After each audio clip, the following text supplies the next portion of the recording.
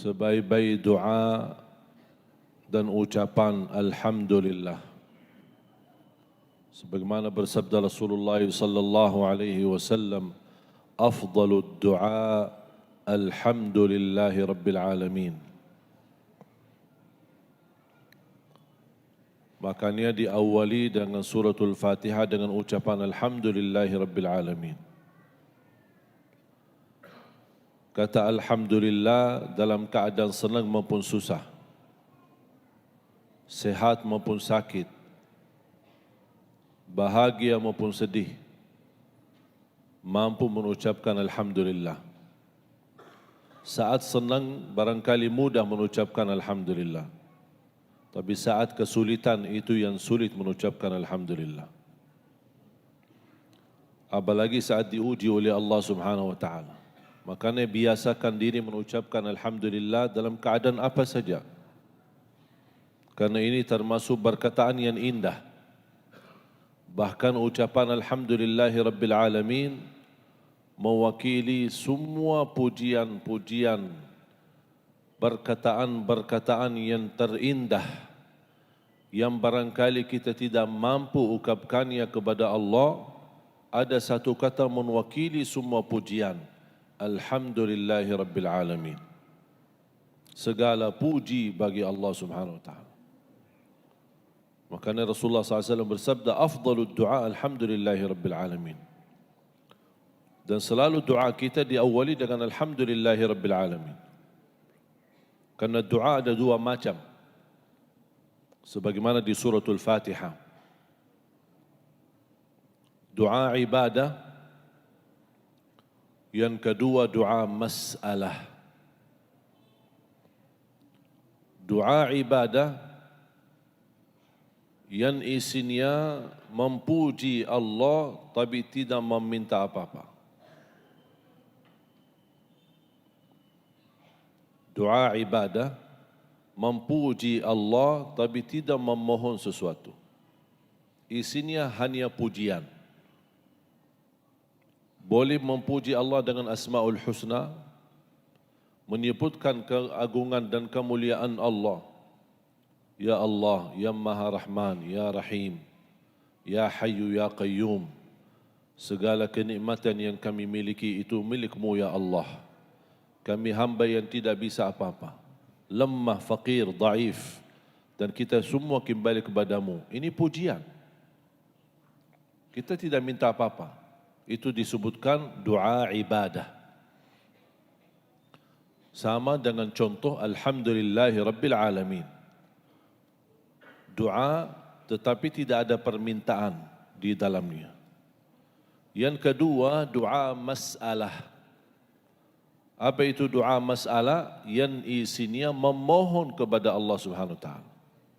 Contoh, ihdinas siratal mustaqim. Ini doa.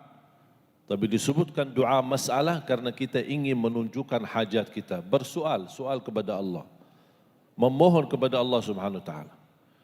Dan kesempurnaan doa diawali dengan doa ibadah, baru dilanjut dengan doa masalah. Itu lebih adab dan lebih sempurna. Jangan kalau kita berdoa langsung, ya Allah ampunilah saya, ya Allah mudahkan urusan saya. Mana pujiannya? Mana pujian? Mendahulukan doanya dengan pujian. Pujilah Allah Subhanahu wa taala. Ada orang awam berkata, mohon maaf, saya tidak mengerti bagaimana saya bisa puji Allah. Saya tidak hafal Asmaul Husna. Saya tidak hafal perkataan-perkataan yang indah. Saya tidak hafal perkataan yang agung yang layak kita ucapkan kepada Allah Subhanahu wa taala. Apakah ada kata yang bisa mencukupi semua pujian? Ada. Alhamdulillahi rabbil alamin. Sudah satu kata. Boleh diulangi berkali-kali. Dengan kita menunjukkan perasaan sebagai orang awam yang tidak mengerti bahasa yang sempurna saat kita berdoa. Alhamdulillahi rabbil alamin. Alhamdulillahi rabbil alamin. Alhamdulillahi rabbil alamin. Alhamdulillahi rabbil alamin. Baru kita masuk kepada doa masalah. Memohon. Dan sebaik-baik permohonan yang kita ajukan kepada Allah sesudah doa ibadah, sesudah memuji Allah, sebaik-baik permohonan yang tertinggi permohonan, yang tersempurna permohonan, memohon hidayah. Ihdinas siratal mustaqim. Sebelum memohon ampunan, sebelum memohon rizki, sebelum memohon karunia keturunan, sebelum memohon anak salih salihah, sebelum memohon hafal Quran, sebelum memohon bisa berangkat haji dan umrah, sebelum meminta apa-apa, pertama yang diminta, ihdinas siratal mustaqim. Minta petunjuk pada jalan yang lurus. Karena makna daripada ihdinas siratal mustaqim bukan hanya dalam hal agama, tapi kita minta petunjuk sama Allah kepada jalan yang lurus dalam segala hal. Jalan yang lurus dalam mencari nafkah dan rezeki. Jalan yang lurus dalam mengurusi keluarga. Jalan yang lurus dalam mendidik anak. Jalan yang lurus mendapat rezeki yang halal. Jalan yang lurus menuntut ilmu. Jalan yang lurus dalam beribadah. Jalan yang lurus dalam istiqamah. Jalan yang lurus ikhlas. Jalan yang lurus. Jadi semua urusan dunia akhirat termasuk di bawah kata ihdinas siratal mustaqim. Artinya apa? Kita minta yang terbaik, yang tersempurna dan yang terlurus dari Allah Subhanahu wa taala. Para nabi saja meminta hidayah sama Allah. Apalagi kita. Para salihin, awliya meminta hidayah sama Allah. Apalagi kita. Makanya suratul Fatihah ini 17 kali minimal kita baca dalam salat fardu dan setiap kali itu kita minta ihdinas siratal mustaqim. Saat kita baca suratul Fatihah dan melawal atau membaca ayat ini ihdinas siratal mustaqim, hidupkan hati ini merasakan hajatmu agar Allah kabulkan. Pasti masing-masing ada hajat. Ihdinas siratal mustaqim. Biar hati yang mengungkapkan hajatnya, minta sesuatu ya Allah. Berilah yang terbaik ya Allah melalui ihdinas siratal mustaqim. Bahkan suratul Fatihah ini bukan hanya dipakai untuk salat, bahkan bisa dipakai sebagai doa kita. Karena memang doa dari awal sampai akhir doa. Bagi orang awam yang tidak bisa berdoa, ada enggak ayat-ayat atau sesuatu yang mewakili doa kita? Ada suratul Fatihah mewakili doa kita. Orang awam tak mengerti. Saya lagi sakit, tapi saya tidak mengerti doa. Boleh enggak saya baca Al-Fatihah untuk saya sembuh? Boleh baca Al-Fatihah untuk kesembuhan. Orang-orang yang sudah meninggal dunia, kita mendoakan, tapi saya tidak mengerti doa-doa seperti apa. Doa dengan membaca suratul Fatihah. Allah Subhanahu wa taala berikan karunia dan rahmatnya untuk mereka. Walaupun ada berbeza pendapat, apakah boleh membaca Al-Quran untuk pahalanya bagi orang yang sudah wafat, ini ada perbedaan pendapat antara ulama. Tapi selalu saya mengambil yang termudah untuk umat. Yang termudah ketika anda baca Al-Quran, begitu selesai bacaannya, anda doa, ya Allah aku titipkan pahala bacaanku untuk orang tua saya. Sudah selesai. Karena tidak ada perbedaan soal doa bermanfaat untuk orang yang sudah meninggal. Tidak ada perbedaan. Doa untuk orang meninggal sudah disepakati ulama bermanfaat. Makanya dibolehkan menjadi solusi dari perbedaan pendapat. Masalah baca Al-Quran untuk orang wafat, boleh kita di akhir ayat yang kita baca, ya Allah aku titipkan pahala bacaanku untuk kedua orang tuaku. Itu kan doa. Aku titipkan pahala puasaku untuk kedua orang tuaku. Aku titipkan pahala tahajudku untuk kedua orang tuaku. Aku titipkan pahala sedekahku untuk kedua orang tuaku. Atau siapa yang kita mau sebutkan? Guru kita, anak kita, siapa yang kita sayangi dan cintai. Melalui doa kita seperti ini, insya Allah diterima di sisi Allah dan bermanfaat bagi orang yang sudah wafat. Suratul Fatihah, surah yang teragung di dalam Al-Quran. Ada surah yang paling agung, ada ayat yang paling agung. Surah yang paling agung suratul Fatihah. Ayat yang paling agung ayatul kursi. Suratul Fatihah 7 ayat.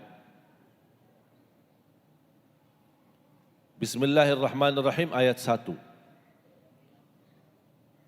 Makanya yang pendapat Bismillah itu ayat pertama makanya mereka mengharuskan untuk dijahar. Jahar bismillahirrahmanirrahim. Ada pendapat tidak bismillahirrahmanirrahim ayat 1. Tapi ayat 1 adalah alhamdulillahirabbil alamin. Berbeda pendapat. Ini ada, ini boleh, ini boleh. Adanya berbeda pendapat itu wajar Bapak Ibu. Tapi yang tidak sehat bermusuhan gara-gara perbedaan. Ini yang tidak boleh. Saya suka netral. Masuk masjid diminta jadi imam. Saya suka tanya, masjid ini biasa jahar? Ya, kami biasa jahar bismillah. Saya keraskan bismillah. Oh maaf, kami tidak biasa jahar bismillah. Ya, saya tidak jahar bismillah. Kami biasa kunut, saya kunut. Kami tidak kunut, saya tidak kunut. Yang penting salat. Tidak ada masjid saya masuk, oh maaf kami tidak salat. Tidak ada masjid gitu. Ini hanya perbedaan. Masalah bismillah, masalah keraskan suara, masalah kunut, masalah zikir habis salat. Itu semua berbeda pendapat. Tidak ada disepakati oleh ulama. Tidak disepakati tidak boleh, tidak disepakati boleh. Ada yang bilang tidak boleh, ada yang bilang boleh. Dan masing-masing punya dasar. Tidak ada orang dengan otak sendiri, boleh. Dengan kemauan sendiri, tidak boleh. Tidak, semua masing-masing ada dasar dan ijtihad. Kita sebagai orang awam, ya hormati. Mau ikut ini boleh, tapi jangan, kalau mau ikut A, jangan memusuhi B. Kalau suka sama B, jangan benci sama A. Dan ini yang menjadi persoalan di tengah umat. Anda boleh menyampaikan pendapatmu, tapi anda tidak boleh menyalahkan orang lain. Itu bukan hakmu. Yang boleh berkata, kita sesat atau benar Allah Subhanahu Wa Taala. Bukan kita yang hukum orang. Oh saya yang benar, maaf kalian sesat. Tahu enggak arti kata sesat? Berarti kalau dihukum seorang dia sesat, berarti dia masuk neraka. Dan tidak hak kita untuk menentukan siapa yang ahli neraka dan siapa yang ahli surga. Itu hak Allah Subhanahu Wa Taala. Tapi dengan cara baik sangka, bukan buruk sangka, ketika kita melihat ada seseorang yang berbeda dengan pemahaman kita, jangan suuzzan. Tapi kita berkata, oh barangkali saya masih awam, belum tahu ilmunya. Sudah selesai masalah.